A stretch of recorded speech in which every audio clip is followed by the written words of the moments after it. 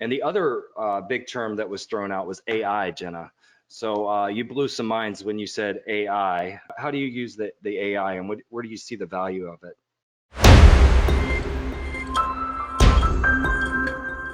Well, it's kind of whenever Rob was talking about his leads, and he said about like shooting with it, he said like a shotgun or something, I Yeah. think he said, versus like Bow and the arrow. bow and arrow.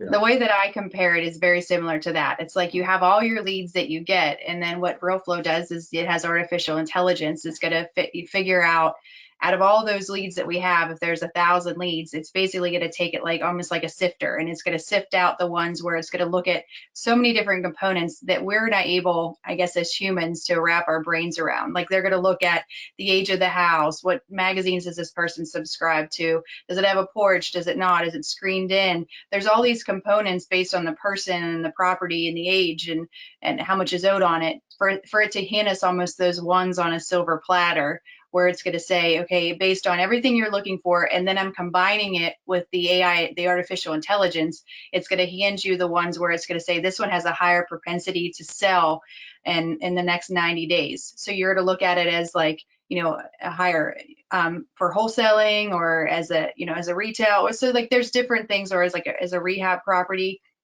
So kind of like what Rob said is you're going to have your factors when you stack them, but then you're going to put in, I want my minimum sellability index score to be a 500. And so anything, the smaller the number, the worse it is, the higher the number, the better or higher quality of a lead that it is. And so like when we were setting out, just for example, our first campaign that we did, I just wanted for me to be a better product of the product, I kind of said, all right, I like Realeflow, but I'm going to make sure I use this too. So I want to be an accurate cheerleader.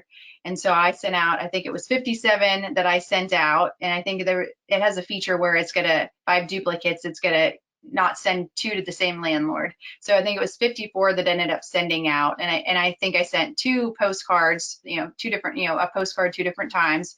So my total was like only like, I don't know, 80 couple dollars to send it, because the postcards are like, 50 couple cents. So I spent $80 on this campaign, and I had 13 calls.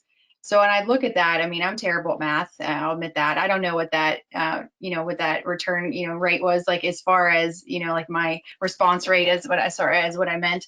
So I had 54, 13 calls back. I had about 7 that I weeded out that were pretty good from just like desktop analysis. And out of that, we had, we went and looked at some of them. And so we had 2 really good ones.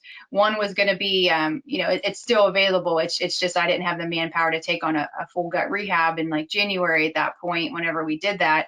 But then we got the other one we moved forward on, and it was a subject to deal, which Rob helped me set up.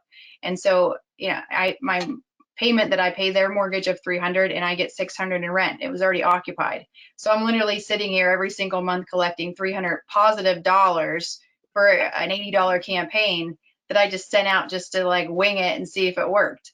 I mean, so it's just fantastic when you look at that, because and it was almost creepy whenever some of the people were calling back, because they were like, we were just sitting here eating pizza the other day, and I thought we need to do something with this house. And sure enough, your letter came. And it was like, I wish I was filming these conversations, because like everybody was like, I didn't get anybody that was mean to me. Everybody was like, thank you so much for your letter. It came at the perfect time. Yeah, it's been sitting here vacant. Yeah, we've been thinking about, like, it's everybody that could have, you sift them all out and say, here's your top 13 or top 7 out of this list of 1,000 that would have been worth your time. And it did it all for me.